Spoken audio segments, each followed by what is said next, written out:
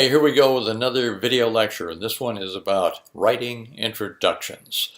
Every piece of writing has to have an introduction. It has to have a beginning, a middle, and an end.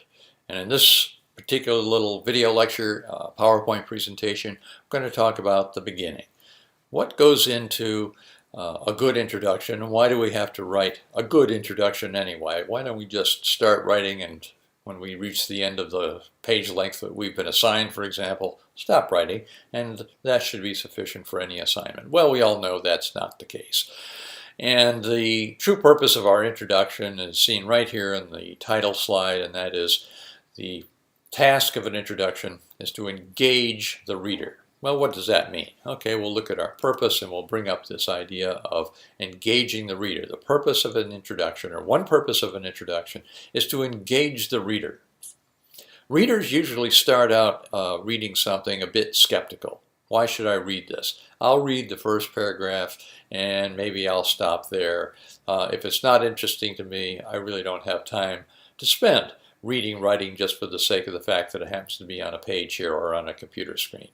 So your job as a writer is to tell the reader why it's important to keep going, why he or she should read what you've written. So engaging the reader is all about that process.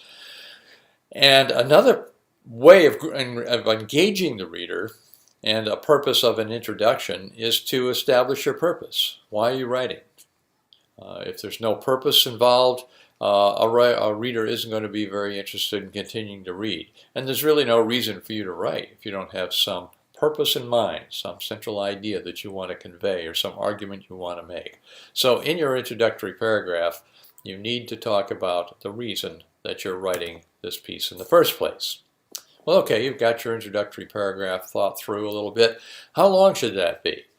It's always a question that people engage. How long should it be? How many words should I write? And so forth. And it's a good thing to have a guideline. You don't always have to stick to it, but as a general guideline, it's convenient to think about an introductory paragraph as just that, one paragraph. It should probably not be more than that in a general sense. It can be. There are very skillful writers who have written many paragraphs before establishing a purpose or letting the reader know why he or she is continuing to read or should continue to read the particular piece of writing they have at their disposal there. But in general, you want to make it quick. Let the reader know right off the bat and not take a long time in doing that. 50 to 100 words usually is sufficient for a good introductory paragraph that explains the purpose and engages the reader. And it usually includes your main point. Sometimes, as I said before, you can take several paragraphs before you get to your main point, and in some cases you actually might wait until the end to make your main point. If you're a skillful writer and can build the reader's attention over a period of time or over a space of many paragraphs or pages, sometimes you can get away with not letting your reader know what it is you're trying to say until you get to the very end of it. You can relate a story that's fascinating and has a lot of drama to it, for example, and then at the end, tell the reader why you're doing that. But in most cases, our thesis statement or our central purpose, main point, is going to be mentioned right at the beginning, in the introductory paragraph. So how do we hook the reader in? What kind of devices can we think of that might particularly involve a reader and make a reader hooked into the process to the point where he or she is saying, I got to read on, I got to see what happens next. I got to see where this particular piece of writing is going, why this person is writing it. And I want to hear how he or she is going to tell this story or make this point. So one device that you can use to hook the reader is a startling statistic in your introductory paragraph, an unusual fact, something that is not conventional wisdom, something that most people don't think of, or that contradicts conventional wisdom. As we'll see, there's another device for that as well that does the same thing. But an unusual fact or a startling statistic can hook the reader into your writing. A vivid example, something that's very dramatic, something that's stark, that is unusual, that stands out from ordinary circumstances. And putting that into your introductory paragraph can also be a good device to get the reader right off the bat interested in where you're going with this piece of writing. A description or image can also work. Not a literal image, not a photograph, but creating word pictures can be very persuasive in keeping a reader, getting a reader's initial attention and maintaining it throughout. But remember, we're talking about the introductory paragraph here, so what we're trying to do is, right off the bat, make this reader interested in continuing to read. A description, if you're good at describing things, or if you have in mind a situation that can benefit from describing details of what went on in a certain circumstance or a certain scene that you happen to witness or experience. That's a good way to hook the reader. A paradoxical statement. I mentioned that in the first bullet point here. But a paradoxical statement convinces or goes against what you would call perhaps conventional wisdom, or it contradicts itself. And seemingly a paradoxical statement doesn't make any sense, but that will engage the attention of the reader to find out why you're saying something that seems to contradict itself or is a paradox.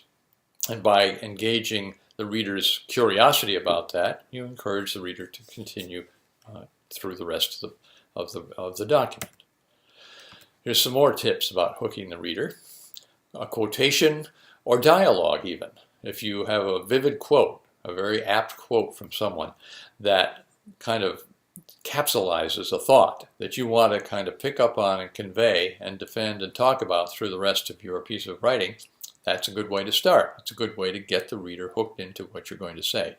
And dialogue can work very well that way as well. A conversation between two people or more people that addresses some of the issues you're going to bring up.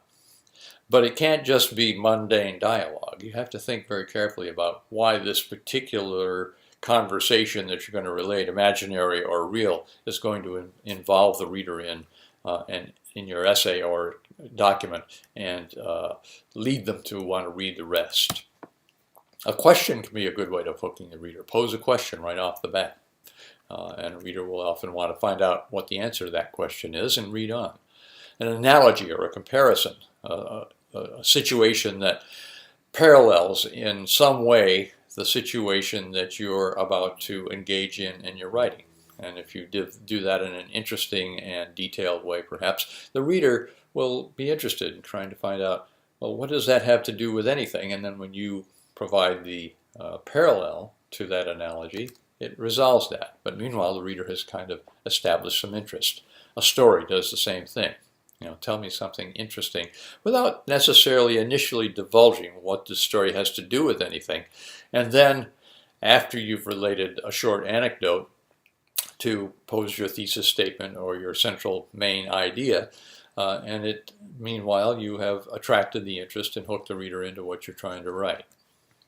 So, we talked about a central point, a thesis statement, and a thesis statement usually appears at the end of your introduction. In other words, you've kind of established some way of engaging the reader's attention and interest, and now you want to state your purpose, and usually that comes at the end of your paragraph. Sometimes your thesis statement doesn't get included until the very end of your whole piece of writing. Sometimes it's right off the bat.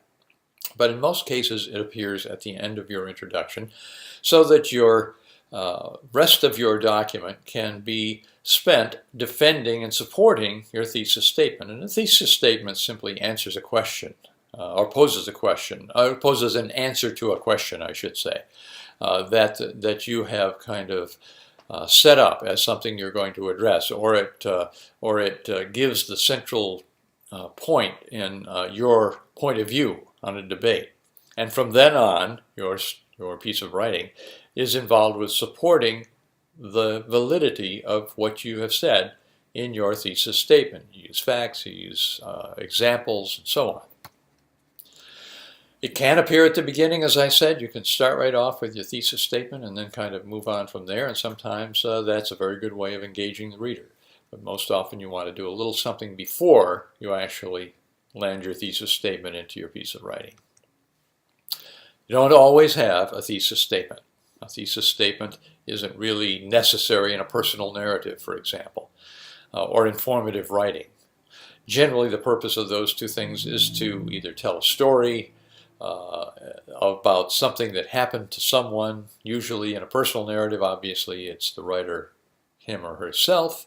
And so you don't need to have a thesis statement in there. The story sort of speaks for itself. It's the reason for writing.